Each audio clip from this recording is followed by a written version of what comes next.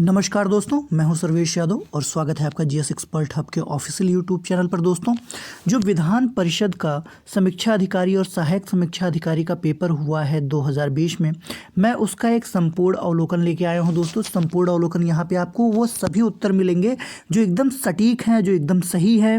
उन सभी प्रश्नों को आपका एकदम सही उत्तर मिलेगा। तो अगर आपने चैनल सब्सक्राइब नहीं किया है तो सब्सक्राइब करें, क्योंकि आगे होने वाली जितने भी एग्जामिनेशंस हैं सबके पेपरों का एनालिसिस मैं इसी प्रकार आपको प्रोवाइड करता रहूँगा। तो दोस्तों, अगर आपने चैनल को सब्सक्राइब नहीं किया है तो सब्सक्राइब करिए, और अगर वीडियो अच्छी लगेगी तो लाइक ज़रूर करिएगा। ठीक है दोस्तों, तो आइए शुरू करते हैं हम अपनी आज की इस वीडियो को। तो आज जो सहायक समीक्षा अधिकारी में पार्ट ए में जो पहला प्रश्न है दोस्तों, उसको देखते हैं। पहला जो प्रश्न पूछा गया वह यह पूछा गया कि निम्नलिखित में से कौन सी फसल उत्तर भारत में रबी फसल का उदाहरण नहीं है। तो सबसे पहली चीज़ दोस्तों, सही उत्तर चुनने के लिए कि आप सभी चारों ऑप्शन है उसको आप ध्यान से देखिए। आपके पास ऑप्शन है गेहूं, सरसों, सूर्यमुखी और मूंगफली। तो आप सभी जानते हैं कि गेहूं, सरसों, सूर्यमुखी ये सभी रबी की फसलें हैं। इनमें से कौन सा रबी की फसल नहीं है, तो वह है मूंगफली, क्योंकि मूंगफली जो है वो हमारी खरीफ की फसल है। बढ़ते हैं अगले प्रश्न की तरफ दोस्तों। अगला प्रश्न है कि निम्नलिखित देशों में किसमें विश्व व्यापार संगठन का मुख्यालय स्थित है। तो आप सभी जानते हैं कि जो विश्व व्यापार संगठन का मुख्यालय स्थित है दोस्तों, वह कहाँ स्थित है, वह जिनेवा में है। और जिनेवा जो है हमारा, वह कहाँ है, वह है स्विट्जरलैंड में। यानी कि प्रश्न नंबर 2 का जो सही उत्तर हो जाएगा आपका, वह हो जाएगा ऑप्शन बी। ठीक है, और पहले का जो सही आंसर है वह है ऑप्शन डी। बढ़ते हैं अगले प्रश्न की तरफ दोस्तों। बिल्कुल, अगला जो तीसरा प्रश्न है हमारा, वह पूछा गया है कि भारत के राष्ट्रीय जनसंख्या आयोग की वर्ष में स्थापना की गई। यानी कि जो भारत का राष्ट्रीय जनसंख्या आयोग है, इसकी स्थापना कब की गई, तो इसकी स्थापना की गई थी दोस्तों वर्ष 1951 में। आपका सही आंसर हो जाएगा ऑप्शन सी। इसको नोट कर लीजिए और फिर हम बढ़ते हैं अपने अगले प्रश्न की तरफ दोस्तों। अगला प्रश्न है कि भारत का राष्ट्रगीत स्वीकारा गया। भारत का जो राष्ट्रगीत है उसे कब स्वीकार किया गया। भारत का राष्ट्रगीत आप सभी जानते हैं दोस्तों कौन सा है, और इसे जो स्वीकार किया गया वह 24 जनवरी 1950 को स्वीकार किया गया था। यानी कि जो आपका सही आंसर है वह है ऑप्शन सी। ठीक है दोस्तों, नोट कर लीजिए ऑप्शन सी। ठीक है, बिल्कुल। फिर बढ़ते हैं दोस्तों अगले प्रश्न की तरफ। जो हमारा अगला प्रश्न है वह है किस वर्ष प्लेटो को बौना ग्रह घोषित किया गया। तो प्लेटो को बौना ग्रह घोषित किया गया था वर्ष 2006 में। जो आपका सही ऑप्शन हो जाएगा दोस्तों, वह हो जाएगा ऑप्शन सी।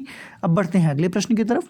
अगला प्रश्न है उत्तर प्रदेश के मिर्ज़ापुर में कौन सा उत्सव आयोजित किया जाता है।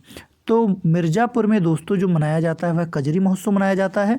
इसलिए जो आपका सही उत्तर हो जाएगा वह हो जाएगा ऑप्शन बी। इसको नोट कर लीजिए। फिर हम बढ़ते हैं दोस्तों अपने अगले प्रश्न की तरफ। ठीक है, इसको नोट कर लीजिए दोस्तों।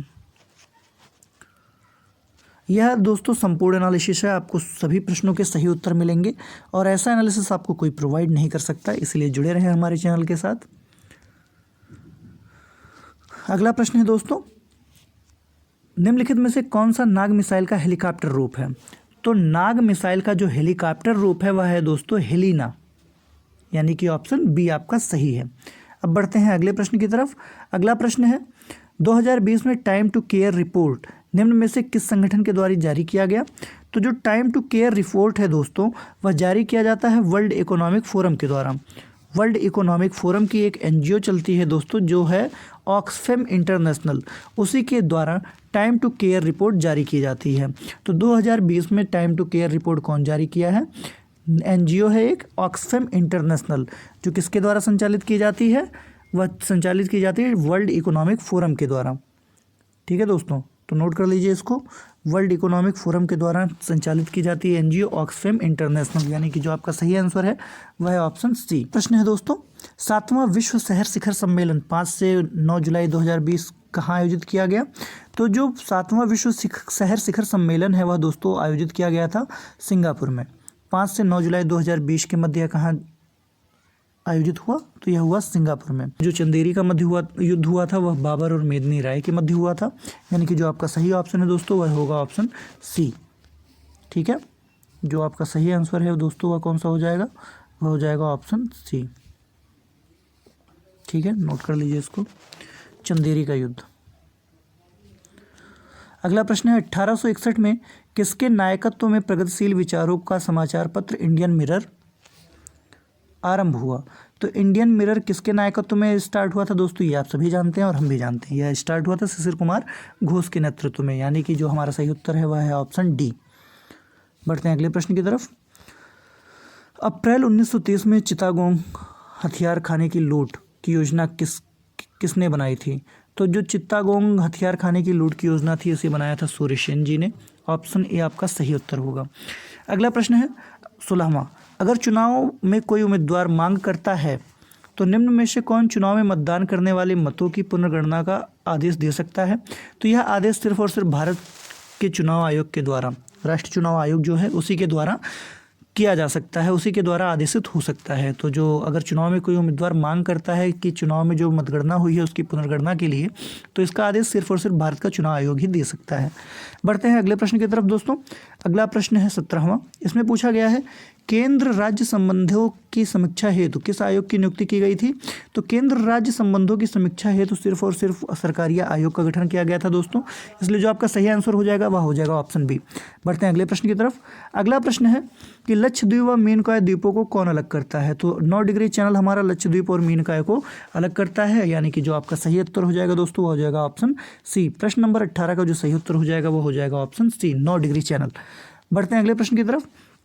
विक्टोरिया झील किस महाद्वीप में स्थित है? तो दोस्तों विक्टोरिया झील जो स्थित है वह किस महाद्वीप में स्थित है? वह है अफ्रीका में। आपका ऑप्शन ए सही आंसर हो जाएगा। अगला प्रश्न है 20वां। इसमें पूछा गया निम्नलिखित नदियों में से कौन सी बिजनौर से होकर बहती है? तो दोस्तों आपको यह बताने की जरूरत तो है नहीं कि बिजनौर से कौन सी नदी प्रवेश करती है, आप सभी जानते हैं कि बिजनौर से भारत में गंगा प्रवेश करती है, उत्तर प्रदेश में गंगा प्रवेश करती है बिजनौर जिले से। और कहाँ से निकलती है उत्तर प्रदेश से? उत्तर प्रदेश को किस जिले से छोड़ देती है? तो है बलिया। तो जो आपका सही उत्तर हो जाएगा कि निम्नलिखित नदियों में से कौन सी बिजनौर से होकर बहती है, वह हो जाएगा गंगा, ऑप्शन ए। अगला प्रश्न है दोस्तों, निम्नलिखित स्मारकों में से कौन सा राजस्थान में स्थित है? तो आप जानते हैं सांची का स्तूप झांसी यानी मध्य प्रदेश में स्थित है, चार मीनार जो कि हैदराबाद में स्थित है, हम्पी कर्नाटक में स्थित है, और जो नाहरगढ़ है वह हमारा राजस्थान में स्थित है। यानी कि 21 का जो सही उत्तर हो जाएगा वह हो जाएगा ऑप्शन सी, नाहरगढ़ राजस्थान में स्थित है। कालाकोट, अगला प्रश्न है दोस्तों, कालाकोट थर्मल पावर स्टेशन कहाँ स्थित है? तो कालाकोट जो थर्मल पावर स्टेशन है यह जम्मू कश्मीर के राजौरी जिले में स्थित है। इसका सही उत्तर हो जाएगा ऑप्शन ए। अगला प्रश्न दोस्तों, मुखर्ती पीक इज सिचुएटेड इन, यानी कि जो मुखर्ती शिखर है वह किस राज्य में स्थित है? तो जो मुखर्ती शिखर है दोस्तों वह तमिलनाडु में स्थित है, और मुखर्ती शिखर के नाम पर ही यहाँ पे एक मुखर्ती राष्ट्रीय उद्यान भी स्थापित किया गया है तमिलनाडु में। ठीक है दोस्तों, तो यह हो गया हमारे इन प्रश्नों का उत्तर। अब हम बढ़ते हैं अगले प्रश्न की तरफ। 23 का जो सही ऑप्शन हो जाएगा वो ऑप्शन बी हो जाएगा। प्रश्न नंबर 24 की तरफ बढ़ते हैं दोस्तों। प्रश्न नंबर 24 है, निम्नलिखित में से कौन सा एक 5 कार्बन वाली शर्करा का उदाहरण है? ऑप्शन में जितने भी हैं फ्रुक्टोज, ग्लूकोज, सुक्रोज, राइबोज, ये सभी शर्करा हैं दोस्तों, लेकिन इनमें से 5 कार्बन वाली शर्करा कौन सी है? तो वह है राइबोज, यानी कि ऑप्शन डी आपका सही उत्तर हो जाएगा।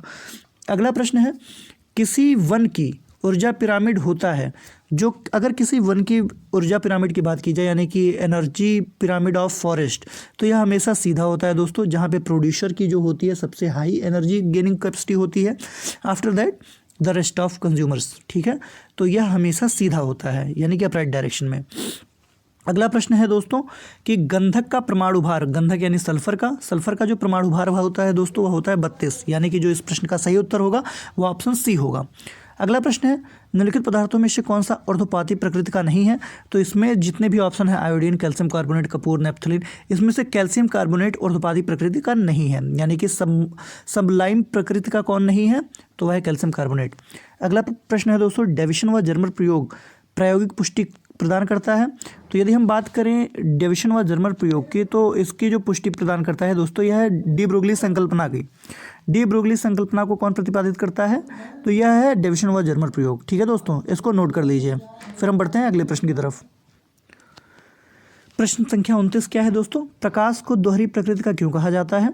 तो प्रकाश को दोहरी प्रकृति का कहने का सिर्फ एक कारण है, क्योंकि प्रकाश तरंग व कण दोनों के गुण प्रदर्शित करता है, इसलिए प्रकाश को दोहरी प्रकृति का कहा जाता है। यानी कि जो सही ऑप्शन होगा दोस्तों वह कौन सा होगा? ऑप्शन ए, 29 का ऑप्शन ए सही है। अब बढ़ते हैं अगले प्रश्नों की तरफ। ये हमारा रीजनिंग का सेक्शन है, इसको हमें नहीं देखना है, हम सिर्फ और सिर्फ जीएस की बात करेंगे। ठीक है दोस्तों, अगला है क्वेश्चन नंबर 33। इसमें पूछा गया है बजट तैयार करने की जिम्मेदारी होती है। तो बजट तैयार करने की जिम्मेदारी आर्थिक मामलों के विभाग यानी वित्त मंत्रालय की होती है। जो वित्त मंत्रालय के आर्थिक मामलों का विभाग होता है वही बजट तैयार करता है। इसका जो सही आंसर है वह है ऑप्शन सी। अगला प्रश्न है 2020 में फिजियोलॉजी मेडिसिन के लिए नोबेल पुरस्कार किसकी खोज के लिए दिया गया? तो दोस्तों हेपेटाइटिस सी वायरस की खोज के लिए 2020 में फिजियोलॉजी सेक्टर में नोबेल पुरस्कार दिया गया है। इसका सही आंसर हो जाएगा ऑप्शन डी। अगला प्रश्न है दोस्तों, फोटो पत्रकारिता श्रेणी में रामनाथ गोयनका पुरस्कार 2020 किसे प्रदान किया गया? क्वेश्चन नंबर 35 क्या है, ध्यान से देख लीजिए। फोटो पत्रकारिता श्रेणी में रामनाथ गोयनका पुरस्कार 2020 किसे प्रदान किया गया? तो दोस्तों फोटो पत्रकारिता श्रेणी में रामनाथ गोयनका पुरस्कार 2020 फरवरी माह में वितरित किया गया और यह दीपंकर घोष जी को इससे सम्मानित किया गया, यानी कि 35 का ऑप्शन ए सही है। अगला प्रश्न है दोस्तों, ड्रोन पारिस्थितिकी तंत्र स्थापित करने वाला निम्नलिखित में से कौन सा पहला राज्य बन गया है? तो यदि बात करें जाए ड्रोन पारिस्थितिकी तंत्र स्थापित करने वाले राज्यों की, तो दोस्तों इसमें सबसे पहला अग्रणी राज्य हुआ है हमारा आंध्र प्रदेश, यानी कि ऑप्शन ए हमारा सही है। प्रश्न नंबर 37 देखिए, निम्नलिखित में से कौन सा देश फीफा विश्व कप 2022 की मेजबानी करेगा? तो फीफा विश्व कप 2022 की मेजबानी करने वाला देश है कतर, ऑप्शन सी सही है। बढ़ते हैं अगले प्रश्न की तरफ दोस्तों। अगला जो प्रश्न है वो है हमारा, उत्तर प्रदेश स्कूल में उत्तर प्रदेश राज्य में सुरक्षा कवच योजना लागू की गई है। तो उत्तर प्रदेश राज्य में जो सुरक्षा कवच योजना लागू की गई है वह महिला सुरक्षा के लिए की गई है दोस्तों, ऑप्शन डी इसका सही उत्तर है। अगला प्रश्न है, फरवरी 2020 में लखनऊ में डिफेंस एक्सपो का आयोजन जो हुआ वह कौन सा आयोजन था? 9वां, 10वां, 11वां या 8वां? तो फरवरी 2020 में लखनऊ में आयोजित डिफेंस एक्सपो का जो आयोजन हुआ वह 11वां संस्करण है, इसको नोट कर लीजिए। अगला प्रश्न है दोस्तों, इंडिया डिवाइडेड पुस्तक के लेखक कौन है? इंडिया डिवाइडेड पुस्तक के लेखक कौन है? तो आप सभी जानते हैं इंडिया डिवाइडेड पुस्तक किसने लिखी है, तो यह लिखा है डॉक्टर राजेंद्र प्रसाद जी ने, जो कि भारत के प्रथम राष्ट्रपति थे, यानी कि जो सही आंसर है वह है ऑप्शन डी। अगला प्रश्न है दोस्तों, टाइगर रिजर्व झारखंड राज्य में स्थित है। कौन सा टाइगर रिजर्व है जो झारखंड में स्थित है? तो यह है पलामू, ऑप्शन बी आपका सही उत्तर होगा। अगला प्रश्न है, लैगून झील का एक उदाहरण है। तो इसमें से जो चिल्का झील है वह लैगून झील का सबसे अच्छा उदाहरण है दोस्तों, इसलिए जो इसका सही आंसर हो जाएगा वह हो जाएगा ऑप्शन सी। अब बढ़ते हैं अगले प्रश्न की तरफ, सब नोट करते हुए और टिक करते हुए चलिएगा दोस्तों, पेपर तो आप लोग दे ही चुके हैं। अगला प्रश्न है दोस्तों, पेरू की राजधानी है, तो पेरू की राजधानी कौन है? लीमा। याद रखिएगा दोस्तों, पेरू की राजधानी कौन है? पेरू की राजधानी है लीमा, यानी कि जो आपका सही ऑप्शन हो जाएगा वह हो जाएगा ऑप्शन बी। इसको टिक कर लीजिए। फिर हम बढ़ते हैं अगले प्रश्न की तरफ। लानक ला दर्रा भारत के किस राज्य में स्थित है? तो जो लानक ला दर्रा है दोस्तों वह है लद्दाख में, जम्मू कश्मीर के लद्दाख में लानक ला दर्रा स्थित है। ठीक है दोस्तों, नोट कर लीजिए। फिर अगला प्रश्न है, ब्लैक फॉरेस्ट पर्वत किस महाद्वीप में स्थित है? तो ब्लैक फॉरेस्ट पर्वत जो है वह जर्मनी में है, और जर्मनी कहाँ है? वह यूरोप महाद्वीप में आता है, ऑप्शन बी आपका सही होगा। जलियांवाला बाग हत्याकांड वर्ष में हुआ, तो जो जलियांवाला बाग हत्याकांड हुआ था दोस्तों वह अप्रैल 1919 में हुआ था, ऑप्शन बी इसका सही उत्तर है। अशोक के अभिलेख किस लिपि में लिखे गए थे? तो जो अशोक के अभिलेख लिखे गए हैं दोस्तों वह ब्राह्मी लिपि में लिखे गए हैं, तो इसलिए इसका जो सही आंसर हो जाएगा वह हो जाएगा ऑप्शन डी। अगला प्रश्न है, भारत में निम्न में से प्रथम सहायक संधि पर हस्ताक्षर करने वाला कौन था? तो प्रथम सहायक संधि पर हस्ताक्षर करने वाला प्रथम शासक जो था वह पेशवा बाजीराव था। ठीक है दोस्तों, ऑप्शन बी इसका सही उत्तर है।